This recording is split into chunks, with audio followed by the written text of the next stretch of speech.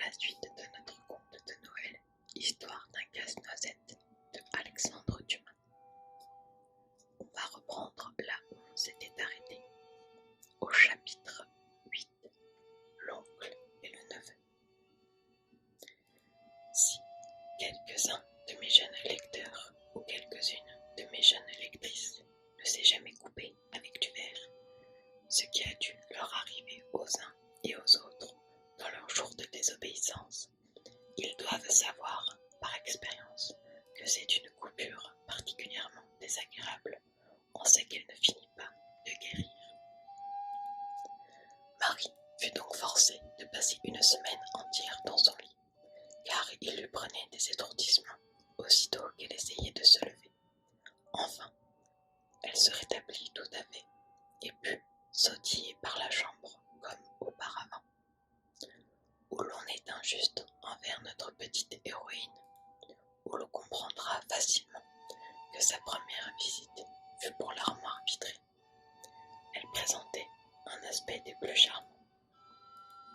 Le carreau cassé avait été remis, et derrière les carreaux, nettoyés scrupuleusement par mademoiselle Trudchen, apparaissaient neufs, brillants et vernissés, les arbres, les maisons et les poupées de la nouvelle année. Mais, au milieu de tous les trésors de son royaume enfantin, avant toute chose, ce que Marie perçut, ce fut son casse-noisette qui lui souriait du second rayon où il était placé, et cela avec des dents en si bon état qu'il en avait jamais eu. Tout en contemplant avec bonheur son favori, une pensée qui s'était déjà plus d'une fois présentée à l'esprit de Marie revint à lui serrer le cœur. Elle songea que tout ce que parrain Drosselmayer avait raconté était non pas un conte, mais l'histoire véritable des dissensions de Casse-Noisette, avec Feu, la reine des souris, et son fils, le prince régnant. Dès lors, elle comprenait que Casse-Noisette ne pouvait être autre que le jeune Drosselmayer de Nuremberg, l'agréable mais ensorcelé neveu du parrain, car de l'ingénieux mécanicien de la cour du roi, père de Pirlipat, fut autre que le conseiller de médecine Drosselmayer. De ceci, elle n'en avait jamais douté, du moment où elle l'avait vu dans la narration apparaître avec sa redingote jaune.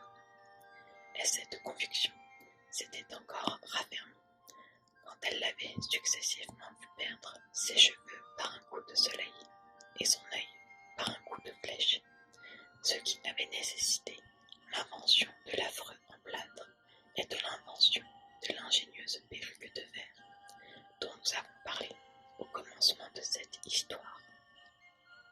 Mais pourquoi ton oncle ne t'a-t-il pas secouru, pauvre Casse-Noisette, se disait Marie en face de l'armoire vitrée, et tout en regardant son protégé et en pensant que du succès de la bataille dépendait le désensorcellement du pauvre petit bonhomme et de son élévation au rang du roi du royaume des poupées, si prête du reste à subir cette domination que, pendant tout le combat, Marie se le rappelait, les poupées avaient obéi à Casse-Noisette comme des soldats à un général.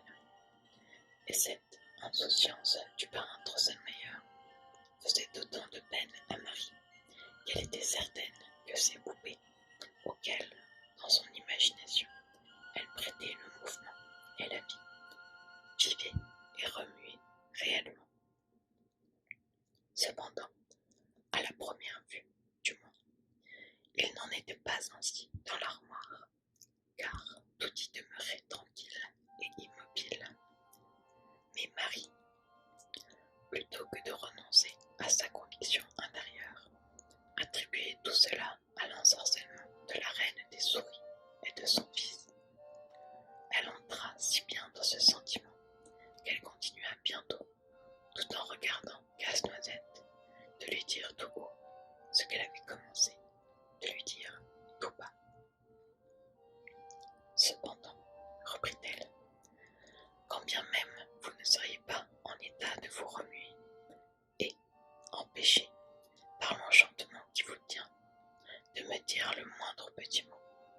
Je sais très bien, mon cher monsieur Drosselmayer, que vous me comprenez parfaitement et que vous connaissez à fond mes bonnes intentions à votre égard.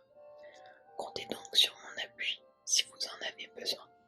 En attendant, soyez tranquille, je vais bien prier votre oncle de venir à votre aide. Et il est si adroit qu'il faudra espérer que, pour peu qu'il vous aime un peu, il vous secourra. Malgré l'éloquence de ce discours, Casse-Noisette ne bougea point, mais il sembla à Marie qu'un soupir passa tout doucement à travers l'armoire vitrée, dont les glaces se mirent à résonner bien bas, mais d'une façon si miraculeusement tendre qu'il semblait à Marie qu'une voix douce comme une petite clochette d'argent disait « Chère petite Marie, mon ange gardien, je serai à toi, Marie, à moi. » Et à ces paroles mystérieusement entendues, Marie, à travers le frisson qui courut par tout son corps, sentit un bien-être singulier s'emparer d'elle. Cependant, le crépuscule était arrivé. Le président entra avec le conseiller de médecine, Drosselmayer. Au même instant, mademoiselle Trudchen avait préparé la table à thé et toute la famille était rangée autour de la table, causant gaiement. Quant à Marie, elle avait été chercher son petit fauteuil et s'était assise silencieusement au pied du parrain Drosselmayer.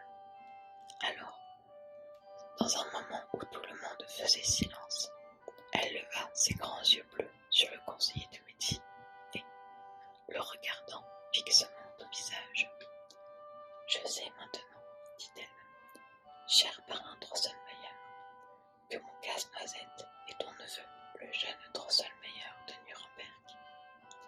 Il est devenu prince et roi du royaume des poupées, comme l'avait si bien prédit ton compagnon l'astrologue.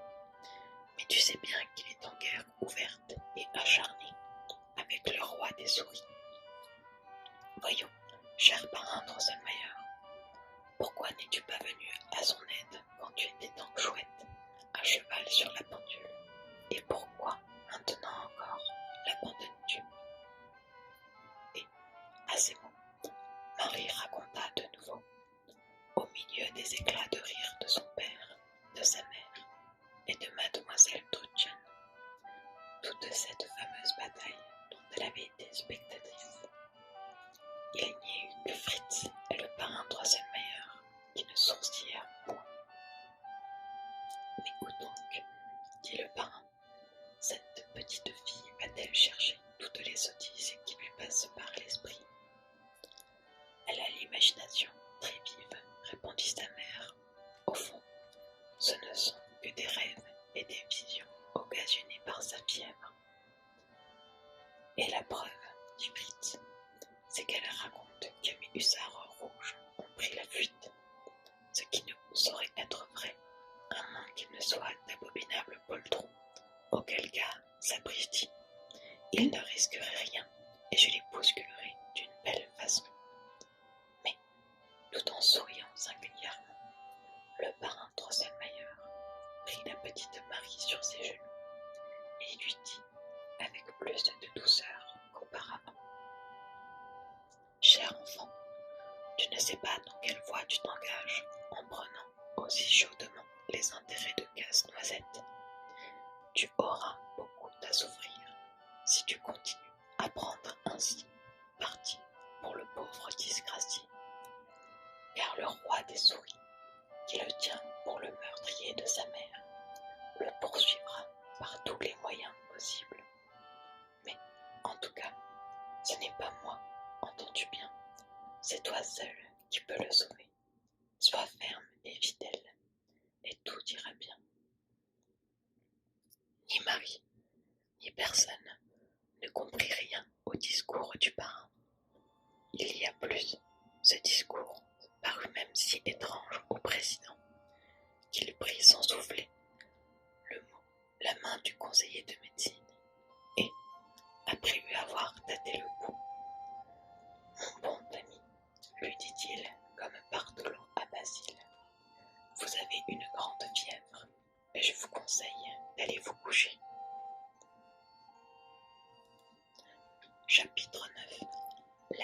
brutale.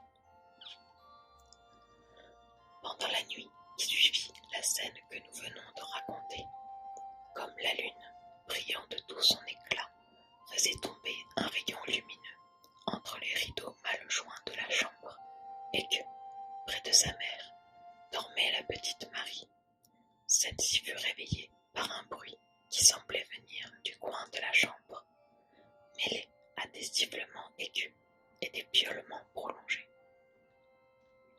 Hélas, s'écria Marie, qui reconnut ce bruit pour l'avoir entendu pendant la fameuse soirée de la bataille. Hélas, voilà les souris qui reviennent.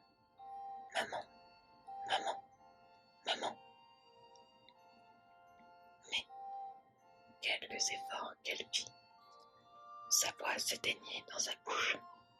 Elle essaya de se sauver, mais elle ne put remuer ni bras ni jambes et resta comme clouée dans son lit.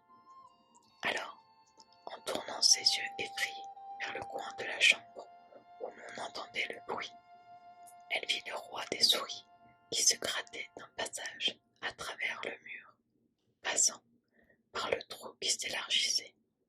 D'abord une de ses têtes, puis deux, puis trois, puis enfin ses 7 têtes, ayant chacune sa couronne, et qui, après avoir fait plusieurs tours dans la chambre, comme un vainqueur qui prend possession de sa conquête, s'élança d'un bond sur la table qui était placée à côté du lit de la petite Marie. Arrivé là, il la regarda de ses yeux brillants comme des escarboucles, sifflotant et grinçant des dents, tout en disant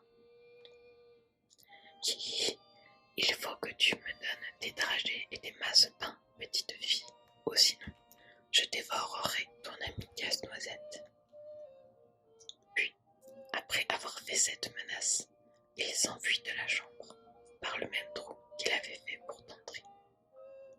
Marie était si effrayée de cette terrible apparition que, le lendemain, elle se réveilla toute pâle et le cœur tout serré, et cela avec d'autant plus de raison qu'elle n'osait raconter, de peur qu'on ne se moquât d'elle, ce qui lui était arrivé pendant la nuit.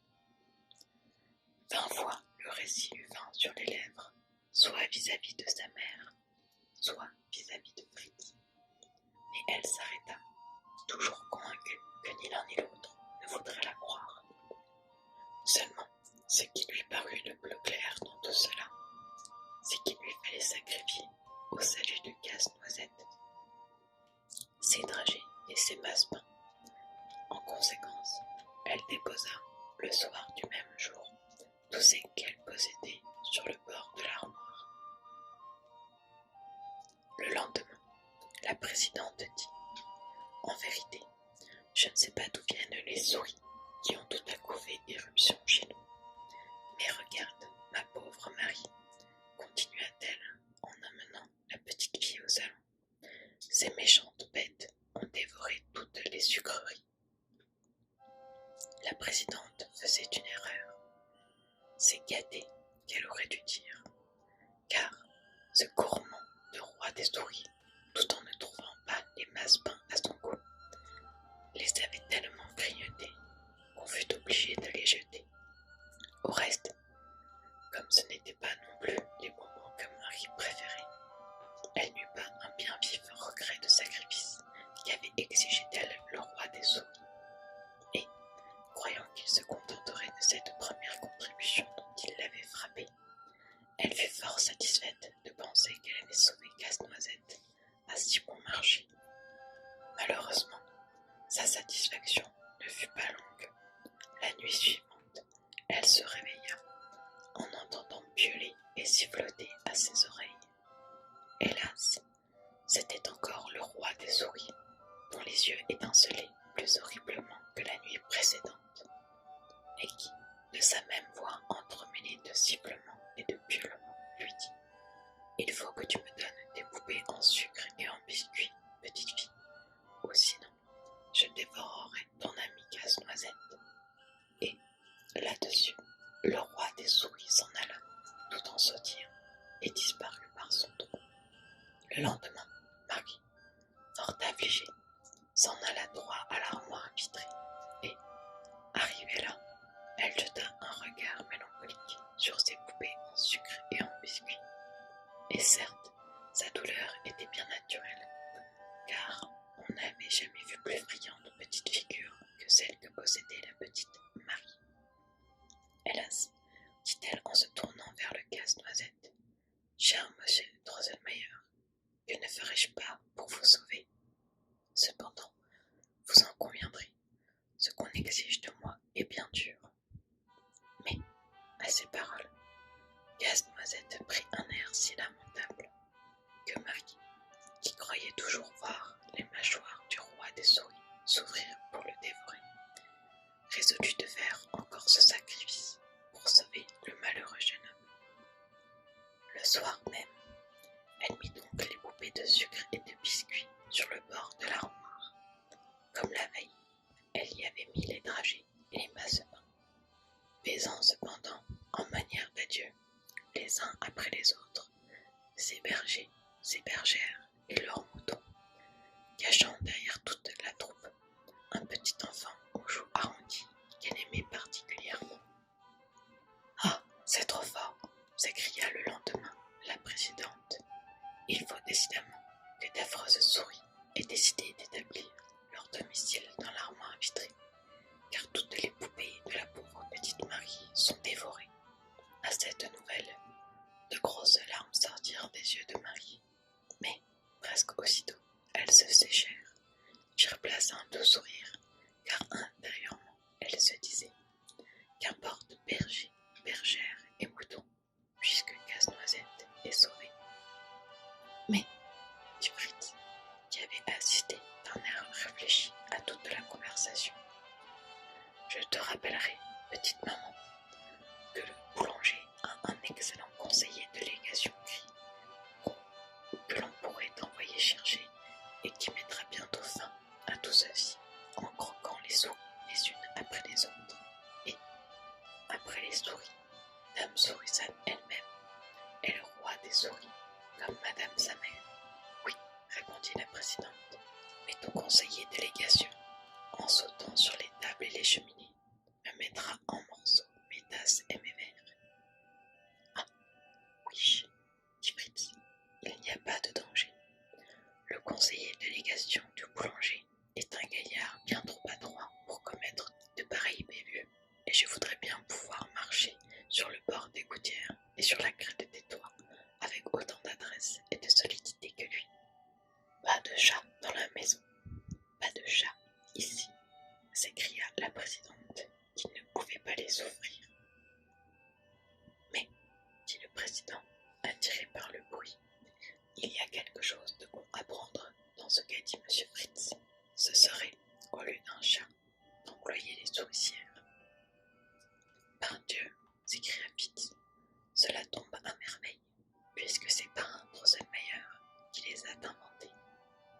Tout le monde se mit à rire et, comme, après perquisition faite dans la maison, il fut reconnu qu'il n'existait aucun instrument de ce genre, on envoya chercher une excellente souricière chez parrain Drosselmayer, laquelle fut amorcée d'un morceau de lard étendu à l'endroit même où les souris avaient fait un si grand dégât la nuit précédente. Marie se coucha donc dans l'espoir que, le lendemain, le roi des souris se trouverait dans la boîte. On ne pouvait manquer de le conduire sa gourmandise.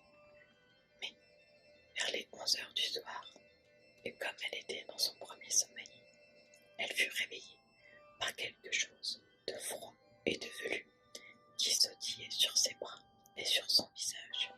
Puis, au même instant, ce piaulement et ce sifflement qu'elle connaissait si bien retentit à ses oreilles. L'affreux roi des souris était là, sur son traversin, les yeux scintillants d'une flamme sanglante, et ses 7 gueules ouvertes, comme s'il était prêt à dévorer la pauvre Marie. « Je m'en moque, disait le roi des souris. Je n'irai pas dans la petite maison, et ton lard ne me tente pas. Je ne serai pas pris. Je m'en moque. Mais il faut tes livres d'images et ta petite robe de soie. Autrement, prends-y garde, je dévorerai ton casse-noisette. » On comprend qu'après une telle exigence, Marie se réveilla le lendemain, l'âme pleine de douleur et les yeux pleins de larmes. Aussi, sa mère ne lui a appris rien de nouveau. Lorsqu'elle lui dit que la souricière avait été inutile et que le roi des souris s'était douté de quelques pièges, alors, comme la présidente sortait pour veiller aux apprêts du petit déjeuner,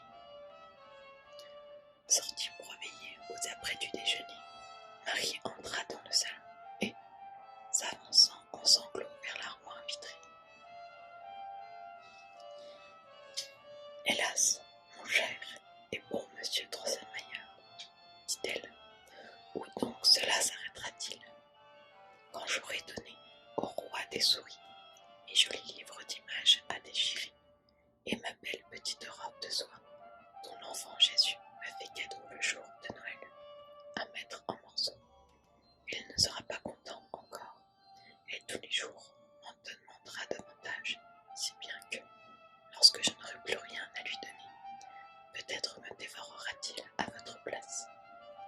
Hélas, pauvre enfant que je suis, que dois-je donc faire, mon bon et cher monsieur Drosselmayer? Que dois-je donc faire? » Et, tout en pleurant et tout en se lamentant ainsi, Marie s'aperçut que Casse-Noisette avait au cou une tache de sang. Du jour où Marie avait appris que son protégé était le fils du marchand de joujoux et le neveu du conseiller de médecine, elle avait cessé de le porter dans ses bras. Elle ne l'avait plus ni caressé ni embrassé, et sa timidité à son égard était si grande qu'elle n'avait même pas osé le toucher du bout des doigts. Mais, en ce moment, voyant qu'il était blessé, et craignant que sa blessure ne fût dangereuse, elle le sortit doucement de l'armoire et se mit à essuyer avec son mouchoir la tache de sang qu'il avait au cou. Mais quel fut son étonnement lorsqu'elle sentit tout à coup que Casse-Noisette commençait à se remuer dans sa main. Elle le reposa vivement sur le rayon. Alors, sa bouche s'agita de droite et de gauche, ce qui la fit paraître plus grande encore et, à force de mouvements, finit à grande peine par articuler ces mots. « Ah, très chère mademoiselle Silberhaus, excellente amie à moi, que ne vous dois-je pas et que de remerciements n'ai-je pas à vous faire? Ne sacrifiez donc pas pour moi vos livres d'images et votre robe de soie. Procurez-moi seulement une épée, mais une bonne épée, et je me charge du reste. » Casse-Noisette voulait en dire plus long encore, mais ses paroles devinrent intelligibles et sa voix s'éteignit tout à fait, et ses yeux, un moment animés par l'expression de la plus douce mélancolie, devinrent immobiles et atones. Marie n'éprouva aucune terreur. Au contraire, elle sauta de joie, car elle était bien heureuse de pouvoir sauver Casse-Noisette, sans avoir à lui faire le sacrifice de ses livres d'images et de sa robe de soie. Une seule chose l'inquiétait, c'était de savoir où elle trouverait une bonne épée que demandait le petit bonhomme. Marie résolut alors de s'ouvrir de son embarras à Fritz, que, à part sa forfanterie, elle savait être un obligeant garçon. Elle l'amena donc devant l'armoire vitrée, lui raconta tout ce qui lui était arrivé avec Casse-Noisette et le roi des souris, et finit par lui exposer le genre de service qu'elle attendait de lui. La seule chose qui impressionna Fritz dans ce récit fut d'apprendre que bien réellement, ces hussards avaient manqué de cœur au plus fort de la bataille. Aussi demanda-t-il à Marie si l'accusation était bien vraie, et, comme il savait la petite fille incapable de mentir sur son affirmation, il s'élança vers l'armoire et fit à ses hussards un discours qui parut leur inspirer une grande honte. Mais ce ne fut pas tout. Pour punir tout le régiment dans la personne de ses chefs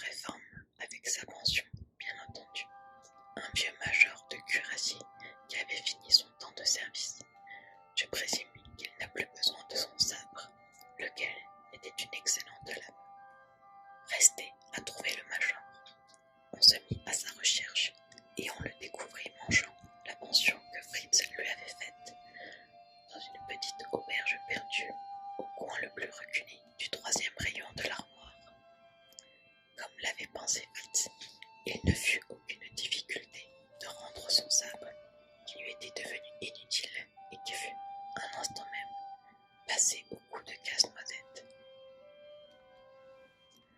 La frayeur qu'éprouvait Marie l'empêcha de s'endormir la nuit suivante. Aussi, elle était si bien éveillée qu'elle entendit sonner les 12 coups de l'horloge du salon. À peine la vibration du dernier coup eut-elle cessé, que de singulières rumeurs retentirent du côté de l'armoire, et qu'on entendit un grand cliquetis d'épée qui, comme si deux adversaires acharnés en venaient au mains. Tout à coup, l'un des deux combattants fit « Quick, le roi des souris !» s'écria Marie, pleine de joie et de terreur à la fois.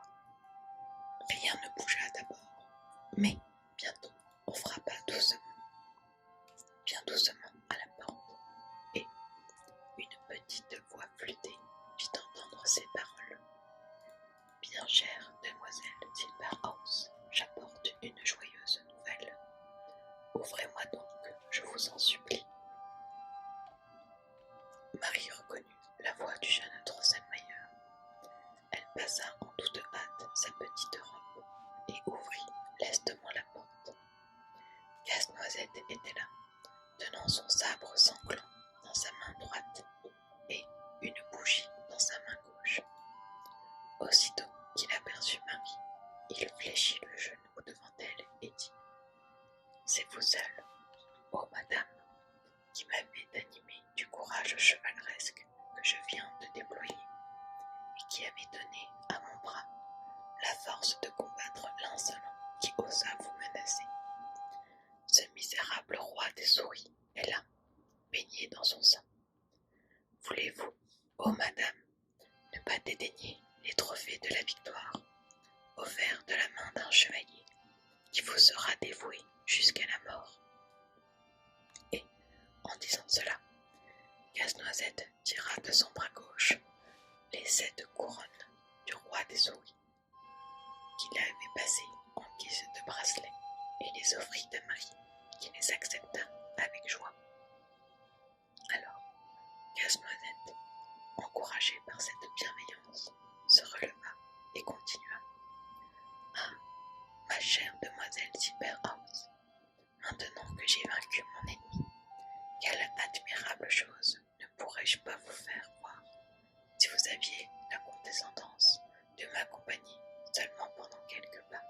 Oh, faites-le, faites-le, ma chère demoiselle, je vous en supplie. » Marie n'hésitait pas un instant à suivre Casse-Noisette, sachant combien elle avait de droit à sa reconnaissance, étant bien certaine qu'il ne pouvait avoir aucun mauvais dessein sur elle. « Je vous suivrai, dit-elle, mon cher monsieur Drosselmayer. Mais il ne faut pas que ce soit bien loin, ni que le voyage dure bien longtemps, car je n'ai pas encore suffisamment dormi.